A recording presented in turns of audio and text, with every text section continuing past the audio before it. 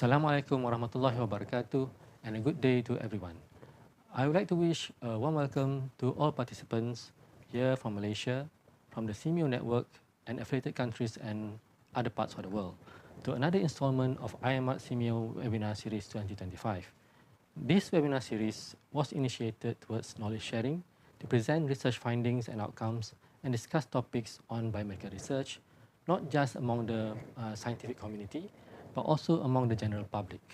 Now, today's theme is climate change vulnerability in communities and healthcare facilities.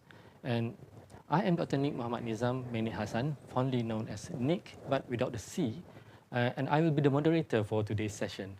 With me are two of my colleagues, also from our research center. And there are three different units in our center, which is the Health Risk Assessment Unit, Occupational Health Unit, and the Climate Change Unit. So allow me to first play a short clip to describe a little bit more about our research center.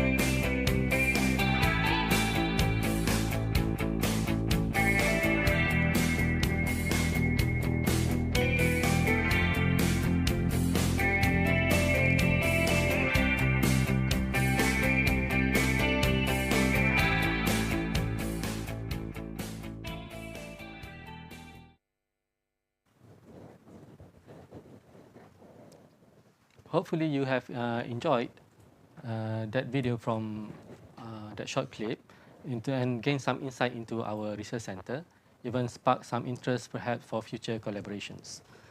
All right, before I continue, I think we need to go to some housekeeping announcement. Now, firstly, we would like to inform you that there will be no questions taken during the presentations. What you can do is to post your questions using the link shared in the YouTube channel. And the question and answer session will be at the end of the set of both presentations. And I would like to also remind you all that an attendance link is also provided in the YouTube channel for those who would like to receive an e-certificate of attendance. And lastly, I would like to invite everyone to subscribe to our National Institute of Health Malaysia YouTube channel and also click for notifications so that you will be notified for any new posts. All right.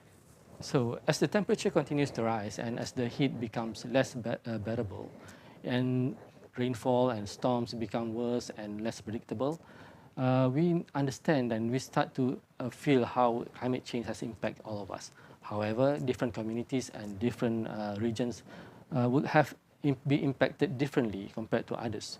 Today we have two presenters who will share different aspects of climate change. One will be talking more about the community and the other will be talking more about the research facilities. Now, let me introduce to you the first speaker. It is my pleasure to introduce Mr. Raheel Nazakat, a research officer from Climate Change Unit at our center. Mr. Raheel holds a Master of Science in Molecular Biology from University of Malaysia, Sabah, and a Bachelor of Biomedical Science from University of Malaya. While his background lies in microbiology and molecular diagnostics, he has recently transitioned into public health research with a growing interest in the intersection between environmental change and community health. Currently, his work is centered on assessing health vulnerability to climate change, particularly among small island communities in Malaysia. He leads a national research project that explores how climate-related factors affect the health and resilience of these geographically and socially unique populations. So, Mr. Raheel, I leave the audience to you. All right. Thank you, Dr. Nick, for the kind introduction. Bismillahirrahmanirrahim. Assalamualaikum and a very good morning to everyone. My name is Raheel Nazakat. It's an honor to be here today to present on a topic of critical importance, assessing health vulnerability to climate change among small island communities. All right. Small island communities are on the very front line of this climate crisis. And to truly understand the challenges faced by this community, let's look at this image. This is a picture of a young boy symbolizing the entire small island communities. We can see that he is actually struggling under the weight of his homeland as the water arises around him. This is not a distant threat for them, but in fact, it is an overwhelming reality, often coupled with or compounded with limited external support. What is basically climate change? So if you look at this slide, climate change is actually defined as a significant long-term shift in the weather patterns. So these changes actually includes a rise in the global temperature, changes in the precipitation pattern, and critical for island nation, sea level rise. Now, what are the factors that triggers changes in our climate? If you look at this slide, it actually presents the interconnection between the human activities and its environmental consequences. On the left, you can see the primary causes, all of which contribute to the increased release of the greenhouse gases. And if you look at the list of the causes, it includes our everyday activities such as transportation, our consumption habit, and resource extraction, which further exacerbate the problem. On the right, we have the resulting environmental effect. This include temperature rise, increase in sea levels, more frequent and intense extreme weather event, land degradation, and significant biodiversity loss. Now, for some, climate change is just a warmer climate. And in some part of the world, a warmer climate may sound pleasant, but this is just the tip of the iceberg. Beneath the surface lie profound and interconnected consequences, which include sudden increase in the food price due to the impact of climate change on our agriculture sector. We can also see an increase in the frequency of extreme weather event and also a growing water scarcity problem. Tragically, we are also witnessing an increase in the human migration, especially among the with more and more people becoming climate refugee, displacing from their home due to this environmental shift. Crucial for our discussion today, climate change has far-reaching impact on human health. Directly, It causes heat-related illnesses, respiratory problem, and other health issue related to water scarcity and extreme weather event. Indirectly, the rise in temperature expand the disease vector and also disrupt our food and water system, leading to spread of infectious diseases and also malnutrition. Beyond the physical effect, climate change also triggers significant mental health challenges, which include stress and anxiety, especially among the displaced population. And this impact also worsen the living condition and exacerbate the existing social and health inequities, highlighting climate change as a critical public health emergency. Unfortunately, for small island developing states, they are on the front line of this climate crisis. For the audience information, small island developing state, or also known as SEADS, refers to a group of countries that share similar sustainable challenges to the impact of climate change. Alright, this map actually shows the global distribution of the small island developing states. While Malaysia itself is actually not part of SEADS, we must recognize that we are actually home for 31 inhabited small island. This Malaysian small island community may face similar challenges as their SEADS counterparts. Now, let's take a closer look on the concept of vulnerability. Vulnerability is actually defined as the degree to which a system is susceptible to or unable to cope with the adverse effect of climate change, which include climate variability and climate extreme. To put it into a simpler terms, vulnerability actually refers to how badly a person or a community or even a system is affected by the impact of climate change. And vulnerability itself is actually shaped by the interplay of three important factors: exposure, sensitivity, and adaptive capacity. Now, small island communities are particularly vulnerable to the impact of climate change due to a combination of interconnected factors. Geographically, their low-lying land and also their remote location increase their exposure to sea level rise and limit their access for support. In terms of socio-economic constraint, their limited resources and reliance on external aid hinders their recovery in the event of a climate disaster. Their less developed healthcare systems further hinders their ability to actually manage climate-related health burdens. And last but not least, their existing environmental stressor further exacerbate their susceptibility, creating a profound injustice as small island communities only contribute minimally to the global greenhouse emission, and yet they suffer disproportionately. Now, how are we going to translate this understanding in vulnerability into a tangible support for the community? So if we look at this slide, the process of adaptation is actually involve four important steps. The first steps involve us carrying out a comprehensive health vulnerability assessment to identify the key factors that contribute to vulnerability. Based on this assessment, we will then develop a targeted adaptation plan to specifically address the issue. We will then implement this adaptation measure on the ground and continue to monitor and evaluate the effectiveness of the adaptation strategy. This process is very essential to ensure that our adaptation effort remains responsive, relevant, and sustainable over time.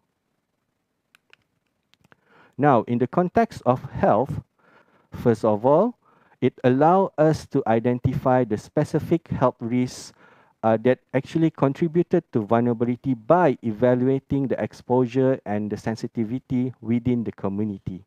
So once we are able to identify these factors, we will then be able to develop a targeted intervention to basically address the issue. This vulnerability assessment is also important for us to pinpoint the limitation in our current health system, paving a way forward for us to have a better improvement. And last but not least, this assessment helps in raising awareness and educating our small island communities on the health impacts of climate change.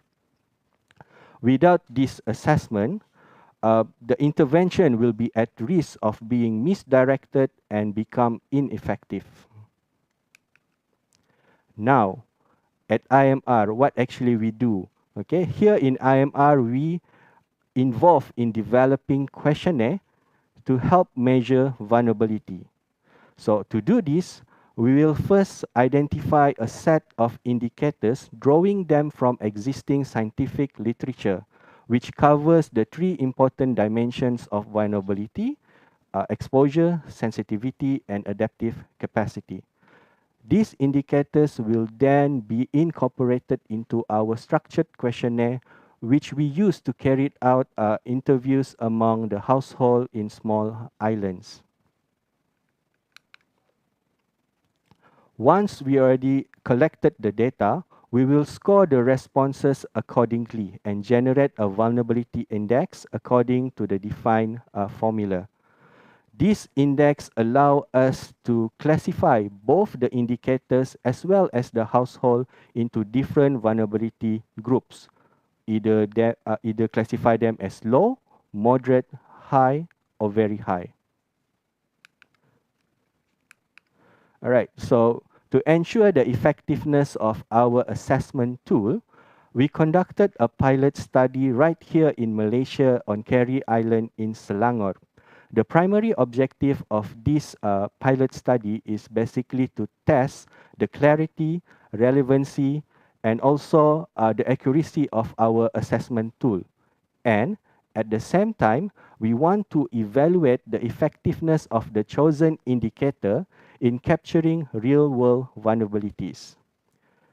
And based on our pilot study in Khairul Island, we have identified 5 households that actually shows high vulnerability to the impact of climate change by using our index. All right, in the pilot study, we are also able to identify factors or indicators that actually contribute highly to vulnerability, as indicated by the red bar chart on this diagram. The findings of our pilot study has been finalized and will be detailed out in our upcoming publication. The pilot study itself really helps us to strengthen our assessment tool for its wider application in other small island settings. Here are some of the key adaptation strategies for the small island communities to help them cope with the impact of climate change. So first, we have disaster preparedness, which includes strategies such as having heat wave alert, evacuation drills, and emergency medical response training to ensure a quick response among the small island communities in the event of disaster and emergency. Next, we have ecosystem-based adaptation, which include actions such as replanting the mangrove to protect the coastline, expanding green spaces to reduce heat, and also restoring the wetland for a better access to clean water. The small island communities can also opt for the climate-smart agriculture approach, which involve the use of dry-resistant crops, planting a variety of plants and nutrition, and also adopting for a irrigation method that can save water. This climate-smart agriculture approach is important for the island community to secure foods and nutrition even during extreme weather. All right, so in addition to what we have discussed just now, there are other adaptation strategies available to support the small island community. One of it is better water resource management, which include actions such as harvesting the rainwater, improving our local water supply, and also upgrading our sanitation system to reduce the health risk among the small island communities. For coastal protection, we have strategies such as building seawalls to prevent flooding, adding sands through beach nourishment, and also creating buffer zone using coastal vegetation to help protect from erosion and also storm damage. And in some cases, relocation might be the safest option, especially in high-risk area. And if there is a need for this community to be moved, it is very important for us to ensure that they still have access for essential services, including healthcare. Now, here I would like to emphasize that adaptation alone is not enough or it's not relevant for a long-term solution.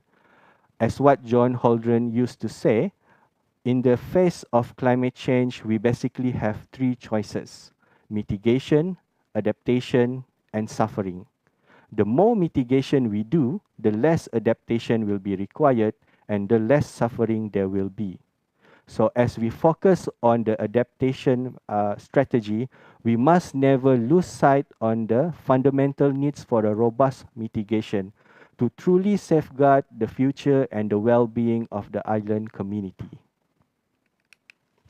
As the island community focuses on their own adaptation plan, those of us living in the mainland have a crucial role to play in the global mitigation effort. These include actively reducing our emission of greenhouse gases. How can we do this?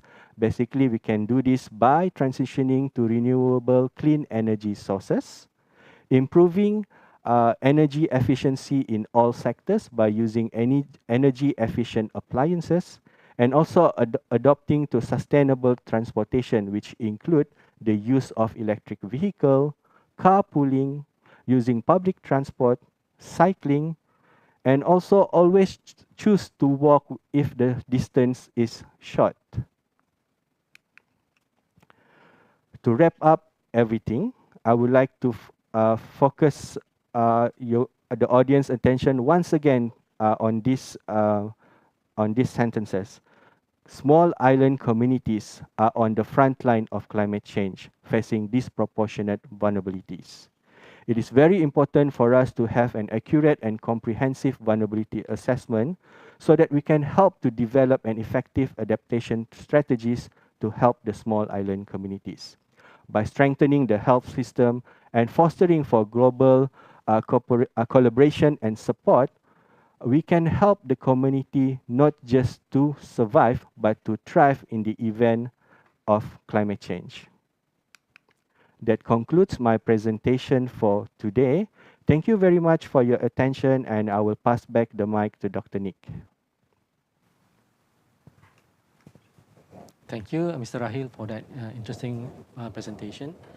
Mr. Raheel has highlighted the challenges faced by the small island communities. Perhaps many of us had traveled to islands for holidays with our families and friends, but many of us are not aware of the challenges that are faced by the communities, the local populations who are living there. And Mr. Raheel has also highlighted the need for proper adaptation, for proper vulnerability assessment, so that we can develop more efficient and effective adaptation measures. All right, and so I would like to also remind everyone that if there are any questions, please post it in the link provided in the YouTube channel. So now let me introduce you to our next speaker. So our next speaker is Dr. Nurul Amalina Khairul Hasni. She is a medical officer from the Health Risk Assessment Unit at our center. Dr. Amalina earned her medical degree from Monash University, Australia, and recently completed her Master of Public Health at University Malaya. She began her career at the Institute for Respiratory Medicine, where she served for 4 years before transferring to the Environmental Health Research Center to pursue her passion for public health. Her research focuses on environmental and occupational health, where she previously led a study evaluating respirator fitness among Malaysian healthcare workers to ensure workplace safety in patient management. Currently, she is leading a project on the impact of climate change in healthcare facilities, focusing on the central region of Peninsular Malaysia. So without further ado, Dr. Amalina, the microphone, the camera and the audience is yours. Thank you very much, Dr. Nick, for the kind introduction. Assalamualaikum and good morning, everyone. I'm Dr. Nurul Amalina, and my topic today is on assessing healthcare facility vulnerability to climate change in the central region of Peninsular Malaysia. First off, I will start with about the climate patterns in Malaysia. So Malaysia has a tropical climate with minimal annual temperature variation, and it is mainly influenced by two main monsoon systems, which is the northeast monsoon from November to February, which is characterized by high rainfall, especially on the east coast of Peninsular Malaysia, Sabah and Sarawak, and also the southwest monsoon from April to September, which is warmer and drier, and the peak temperature is between April and June. So over the past 5 decades, the temperature in Malaysia has been increasing, especially in the Peninsular Malaysia, which increased up to 0.24 degrees Celsius, which is higher compared to Sabah and Sarawak. And heat waves have been more frequent, mostly in the central southern region, since the 2000s. And extreme heat wave with more than 40 degrees Celsius had been recorded in the northern Peninsula Malaysia in 2019 during the southwest monsoon. And as you can see in the figure here, the heat wave pattern in Malaysia and flood is the most frequent climate hazards in Malaysia. And recently we have the worst flood in history, especially in 2014, where it affected 5 states, affected 500,000 population and also 21 deaths. And recently in 2021, a flood affecting Selangor, Pahang and Kuala Lumpur, with more than 125,000 people affected and 54 deaths. And the flood is in Malaysia is mainly influenced by the northeast monsoon from November to March, which is caused by continuous heavy rain and strong winds. And the flood types can be divided into two, which is inland flood and coastal flood. So for inland flood, there's river flood, or also called fluvial flood, which usually occurs during the northeast monsoon. And it is caused by the rise in water levels in rivers and streams. Whereas for flash flood, it's caused by the rapid, intense rainfall with high amount of debris, especially in the urban area. And for coastal floods, it is usually caused by storm surges and strong winds, and also by long-term sea level rise, which cause inundation of the land along the coastal area.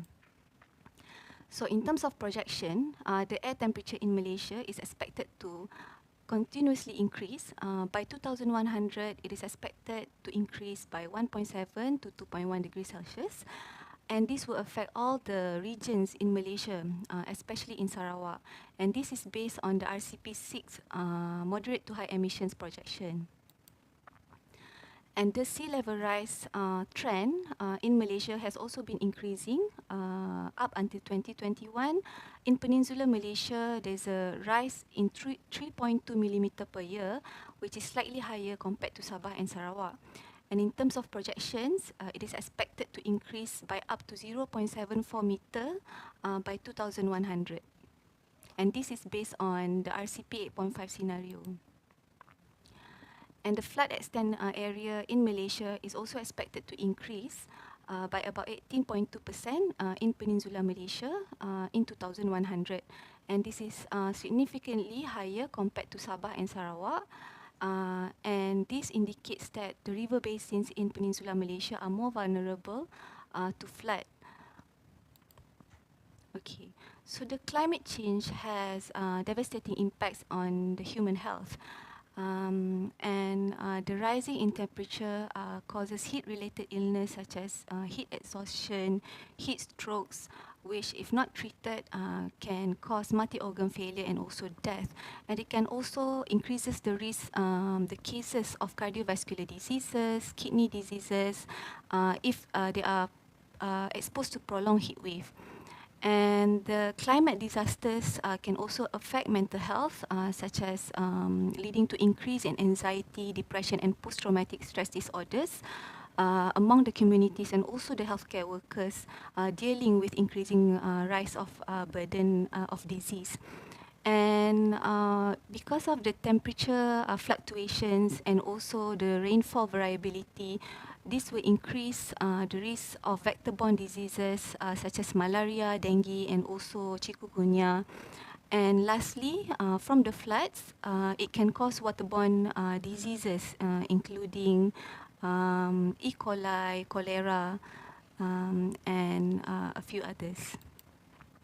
Okay, so this is a relative comparisons of climate risk by regions based on the projections done previously. And as we can see, all the regions in Malaysia will be affected by the climate risk. However, the central regions are particularly vulnerable to flooding and also sea level rise. And as we can see here, the flood extent area in the central region can increase by up to 20.3 degrees Celsius, 3%, 20.3%.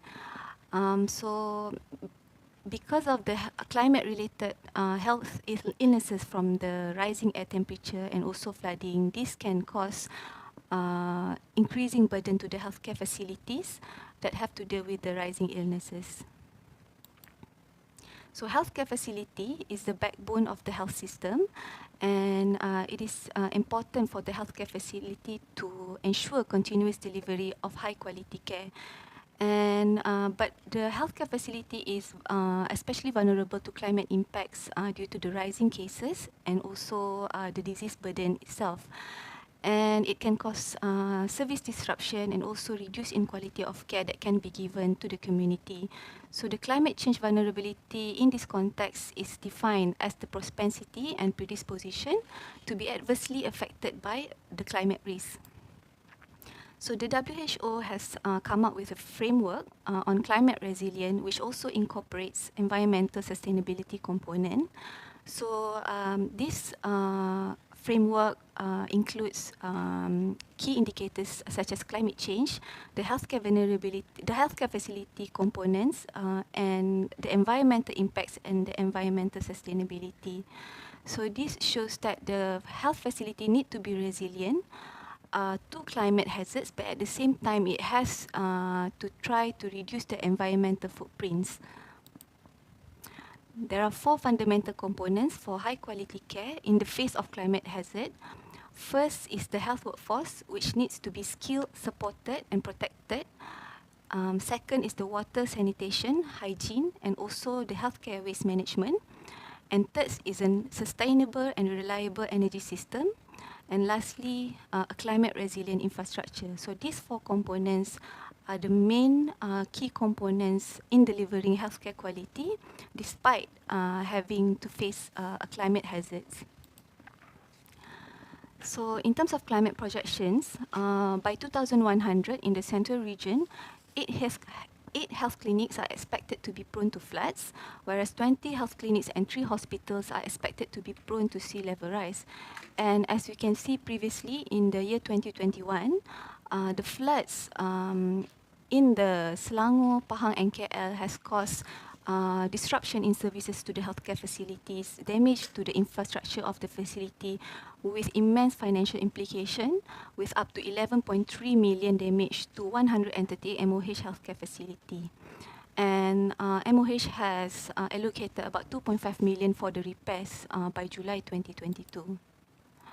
So based on a systematic review of 74 studies worldwide, which explain on the impacts of flood on healthcare facility, first it can cause direct health impacts including mental distress, physical injuries and death to the community and also to the healthcare workers. And it can also cause interruptions of electricity, telecommunication and water supplies, which is essential for the healthcare facility to continue its function. And the flooded basements in the healthcare facility is particularly worrying because it affected the equipments, the supplies and also the backup generators. And most of the time during flood, the healthcare facility will be inaccessible, especially for critical patients and also for the supplies to come in. And it can also cause interruptions to the health services. And in severe cases, it can cause permanent closure, especially if the healthcare facility is severely affected. In terms of heat wave, it can cause affect mental and physical well-being of the health workforce, especially having to work in a non-conducive environment. And it also increases healthcare service demands from the heat, can cause power service disruption, which can therefore disrupt services in the facilities. And it can also affect the water quality and quantity, as well as infrastructure and mechanical failure.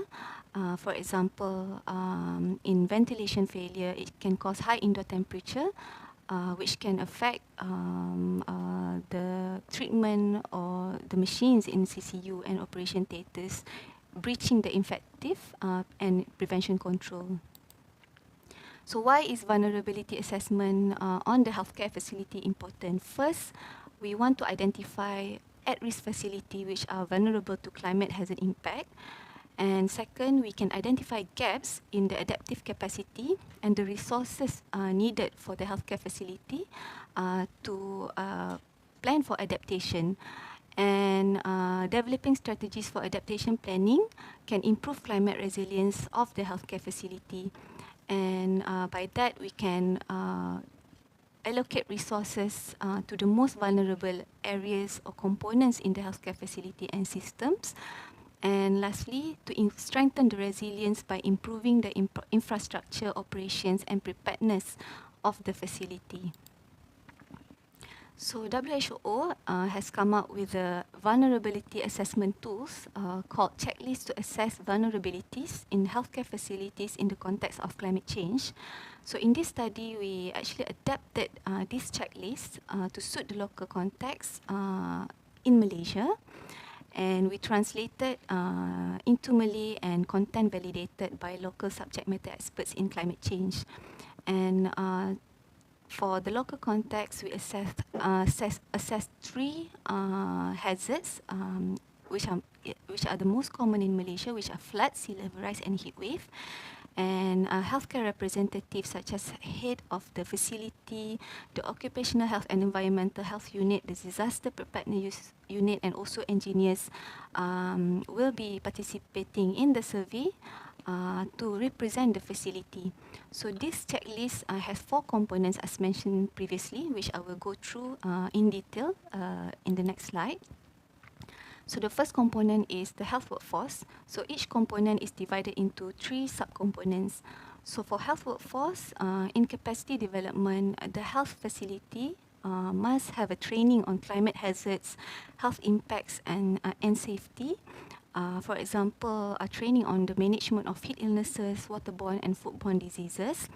And the healthcare facility must have a mobilization plan. So for example, an arrangement for extra staff during the disaster, and also an evacuation plan. And at the same time, policy on the occupational safety must be provided, especially for workers working for long hours and in extreme condition. And the facility must instill awareness on the health risks of the climate hazard. For example, clear information on food and water safety during flood. Next is the wash and waste management. In terms of monitoring and assessment, water quality surveillance and the safety of drinking water must be monitored, especially during the flood event. And this is to prevent any unwanted cases, infective cases for the patient and also the staff. And the sanitation and waste system monitoring also need to be monitored. The facility must also have heat and flood protection plan for water supply and waste. And for example, hazardous chemical, radiological and biological waste have to be located in elevated zones so that it won't release to the facility and affect the surrounding patients and the staff. And for health and safety regulation, an alternative water source by collaboration with the water providers need to be done to avoid service suspension, and at the same time, the provision of PPE and hygiene kits need to be given during disaster for the safety of the healthcare workers. In terms of energy management, monitoring the energy system is important, and ensuring that there is an emergency power supply plan, including the availability and regular testing of backup generators, is important. So the ventilation and the cooling system evaluations need to be done, especially in heat wave situations. We don't want the healthcare facility the temperature in the healthcare facility to increase. And in terms of risk management, equipment safety must be prioritized, such as having a guidelines for managing heat or flood risk for electrical equipment, and temperature monitoring, especially for supplies that need refrigeration, such as medications or food, need to be monitored closely. And in terms of health and safety regulations, coordination with energy utility agencies is important to prevent power disruption.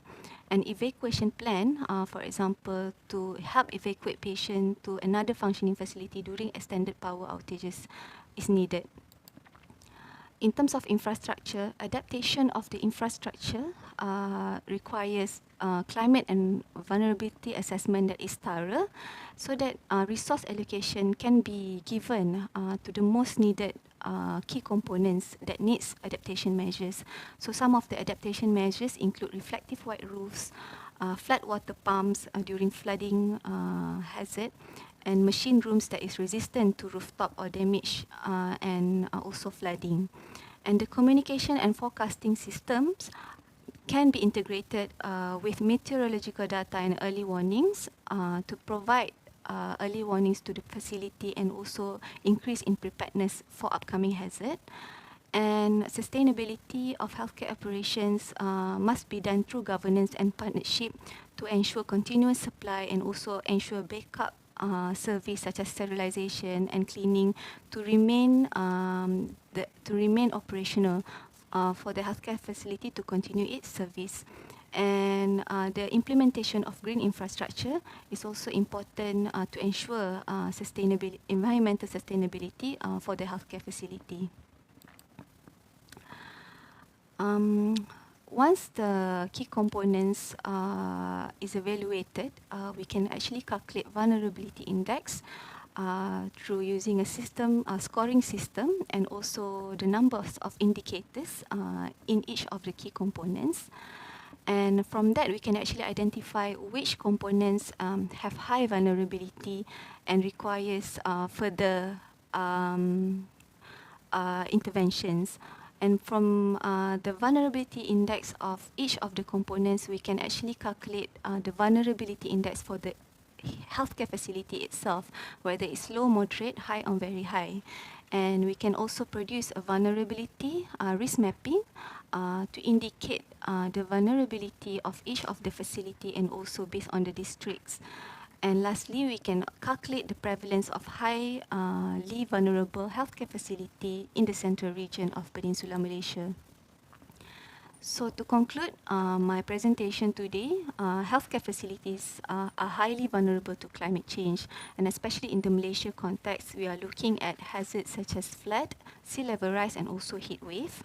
And the vulnerability assessment on healthcare facility is essential for further adaptation strategies, and strengthening the fundamental components of the healthcare facility will increase resilience of the healthcare facility and allow quicker recovery for the facility to resume its normal service. And lastly, proactive planning will enable target resource allocation to improve the healthcare functions and continuity. So that's all from me. Thank you very much, and I will pass back to Dr. Nick, our moderator. Thank you, Dr. Amalina, for your presentation. Thank you for sharing with us the concerns regarding healthcare facility vulnerability from climate change impacts like flooding and heat waves. As we all know, to be able to provide health care to the community, the healthcare facility, and even healthcare workers themselves needs to be in good condition. If there is any, if the healthcare facility or the healthcare workers themselves are compromised, then that will impair the ability of the healthcare system to provide healthcare to the communities. So can you imagine if the community are facing with issues of like hazard or any illnesses, and at the same time when they need healthcare, the healthcare facilities themselves are compromised. So now I think it is time for us to continue to the question and answer session. I'm sure many of you, the audience, are excited to have your questions answered by the speakers. So again, I would like to remind everyone, do not hesitate to send us your questions using the link provided in the YouTube channel. So we will try our best to answer the questions that you have forwarded. However, if there is not enough time or there is a need for further clarifications, our speakers will try to their best to answer the questions through email.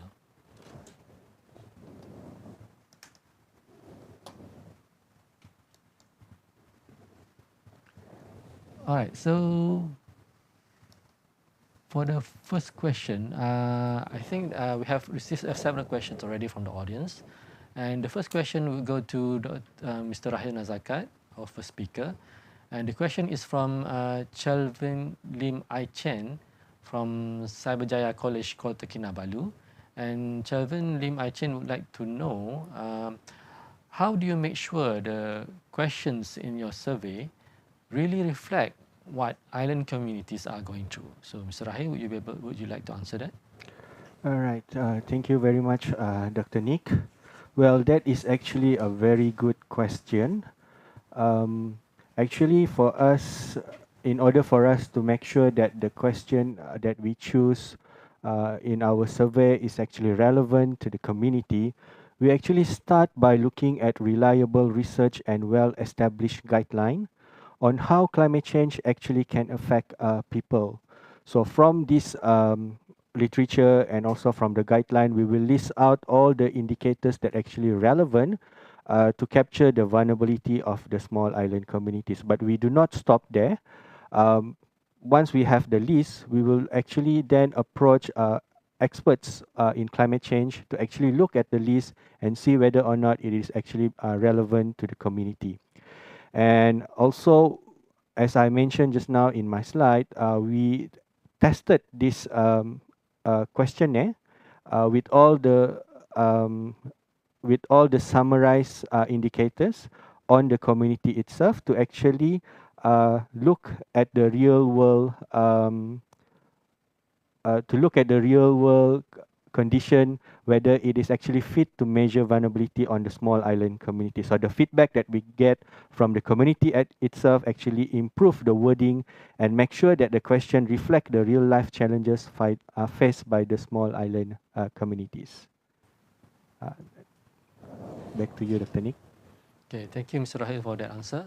So I believe that when we conducted the research, there is a standard framework that is available from the World Health Organization with regard to vulnerability assessment. But when we conduct the research, our team has gone through several steps. We know that we need to modify the framework to suit the community that we are assessing. So thank you, Mr. Raheel. I hope the question has been answered. So next, the question is directed towards Dr. Nurul Amalina from Dr. Aini Aziza from Hospital Klang. And the question is, what kind of training can be provided to the healthcare workers to increase preparedness for anticipated climate hazard? Dr. Nurul Amalina? Thank you, Dr. Aini. That is a very important question because there are actually a lot of trainings that can be done for the healthcare workers to increase their preparedness for the anticipated climate hazard.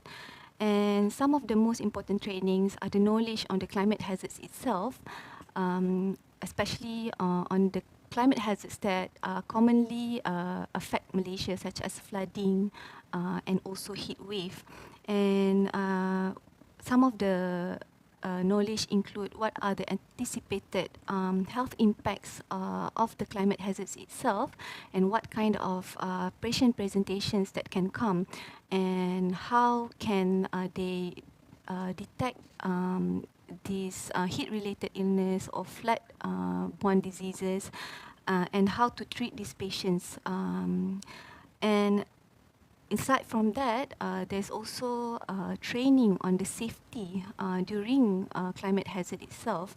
For example, training on the use of appropriate PPE during flooding, and also the water and electrical safety, especially during floods. Apart from that, we can also do training on evacuation drills, especially for facilities that highly anticipate climate hazard, such as floods. For example, those facilities that yearly are affected by floods, and how to evacuate patients safely to another facility. And lastly, training on assessing the vulnerability of the facility itself is also important, on how they can measure and assess what kind of components are the most vulnerable for the healthcare facility that requires adaptations. I think, thank you for the question. Okay, thank you, Dr. Amalina, for that answer. I hope that answered the question. I'd like to also share the fact that a lot of times when we want to conduct the proper training, there is a need for us to be able to understand the extent or how the type of issues that are facing the healthcare facilities. That's why one of the importance of that study is that when we know more the kind of vulnerability that we have, we'll be able to tailor the training that we provide to the healthcare workers. So next, to the next question, again back to Mr. Raheel Nazakat. So this question is from Tok Nur Rashidah from Pantai Premier Pathology, and she would like to know, besides cutting their own carbon emissions, how else can people on the mainland help those living on small islands? Mr. Raheel? All right. Thank you, DK Nur Rashida from Pantai Premier Pathology Lab. It's actually another great question. People on the mainland can actually help in several ways, apart from reducing their own carbon emission. They can speak up for the island communities, because as we know, voice does matter.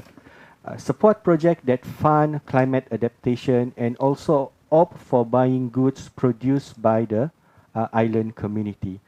Raising awareness about the problem island community face can also influence for better policies, and also by working together, especially through the partnership between the researchers and also the community itself, can help to share knowledge and build stronger and more resilient solution.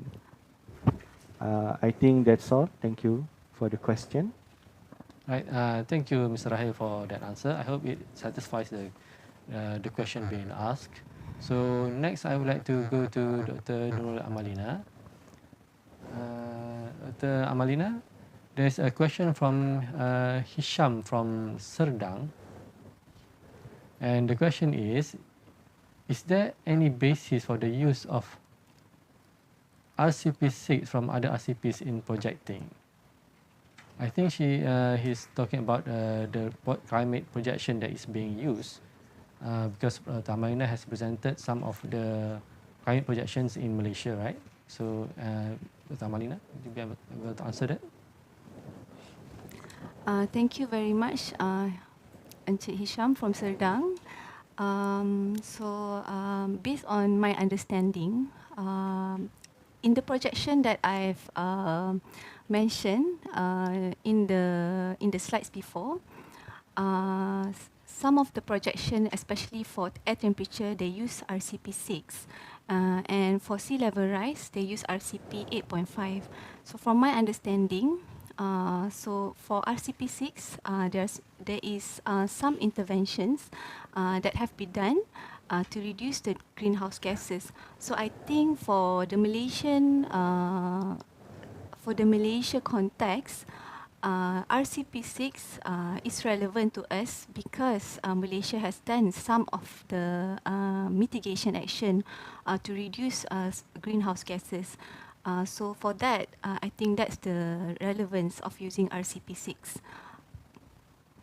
Thank you very much for the questions. Okay, thank you, Dr. Amalina. I think, if I'm not mistaken, RCP6 was also used when we wanted to submit our report to the UNFCCC. So it is basically the RCP that we adapted for this country when we wanted to conduct our climate impact projection. All right, so next question for Mr. Raheel from Diana Florentius, European Wellness Academy. So the question is, island communities often don't have a lot of resources. So how realistic is it for them to use strategies like protecting nature or changing farming practices? Mr. Raheel. All right, thank you, Dr. Nick, and thank you, Diana, for the interesting question. That is actually a very valid point that island communities often don't have enough resources, but we need to understand that many of these strategies actually are being designed to be low cost and easy to be carried out using the local community's knowledge. For example, replanting mangrove. This can be done by the community by using the natural methods. And we also have like climate smart farming strategy, which include growing traditional crops that survive better in a changing weather. But I think most importantly, we need action from the government and also from the non-governmental agency to actually support the community in providing training and also resources as needed by the community. What matters most for me is actually for all of us to work together and support the local people to take the lead in protecting their environment. That's all from me, Doctor. Back to you. Okay, thank you, Mr. Raheel, for that answer. I believe that a lot of things that we can do to help with the small communities and their vulnerabilities. And now we go towards the next question, and I believe we are running short on time, so we probably have time for 2 more questions. So the next question is for Dr. Nurul Amalina.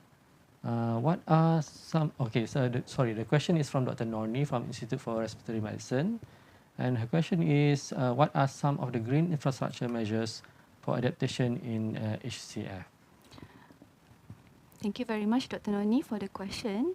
So the green infrastructure measures are the main component to increase environmental sustainability of the healthcare facility. So some of the green infrastructure measures can include green roofs, and these include planting greens on the top of the roof to reduce heat absorption and also reduce the temperature inside the building itself.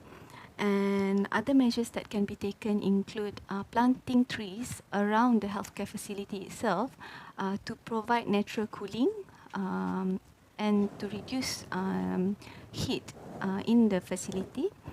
Another measures that can be done called natural buffing zones, in which green buffer zones along the rivers or flood-prone areas, such as planting trees in the areas to prevent runoff of the flood and therefore to prevent the facility from flooding. So those are some of the green measures that can be taken to improve adaptive capacity for the healthcare facility and sustainability. Okay, thank you, Dr. Amalina. I think in Malaysia there are some healthcare facilities which are already established some of the green green Green spaces. Yeah, And whilst, of course, these are different compared to different facilities, some are still fairly new and some have been quite advanced. So for the last question, I would like to try and answer one question from Diah Rahmi Yuniarti from South Kalimantan, Indonesia. And she has submitted several questions. Unfortunately, I think we only have time for one more. So the question that I would like to try and answer is that how can we teach and educate local communities about the current health issues related to climate change? So maybe the speakers can also give some ideas. But in my opinion, one of the way that local communities can be educated is from education programs that can be conducted by various stakeholders. So these stakeholders doesn't have necessarily to be the Ministry of Health. It can be from the local councils, for example, and we can work together with private companies to have like programs on the ground where we have various activities, and these activities can include education about climate change and health. All right, and Mr. Raheel? Yeah, I think I can actually add something with regards to this matter. I do believe that when we want to start something, we start from the younger generation. So in my opinion, climate change should be integrated as part of our education system to actually help the younger generation so that they know what are the impacts of climate change globally. Anything to add? Amalina? Maybe just a little bit, because most of the local communities, they presented to clinics, especially during their early lives. So this is the chance for the healthcare worker itself to be educated, and at the same time educate the community who presented to the health clinics about climate-related health issues. All right. Thank you, Dr. Amalina and Mr. Raheel. I'm afraid that's all the time we have for question and answers. Again, any additional questions will be answered by speakers through email. And we hope that this webinar has shed some light on the research work that we are conducting in IMR and sparked some interest amongst our viewers and even initiate future collaborations. I hope we have shared some knowledge about climate change for everyone to take note and learn from what we have presented. So ladies and gentlemen, I would like to thank all of you, the participants, for your support to make this session successful. Don't forget to subscribe to our National Institute of Health Malaysia YouTube channel. And before I conclude, I would like to announce that we will have the next session of IMR-SEAMEO Webinar Series on 20th June 2025. So mark your calendars, and that's why you should subscribe and you'll be notified. There will be much more exciting webinars in the future. And the theme for the next webinar is on enhancing screening strategies and unlocking potential biomarkers to reduce disease burden. So we hope you can join us for the next session. Until then, thanks from all of us at IMR. Take care and stay safe.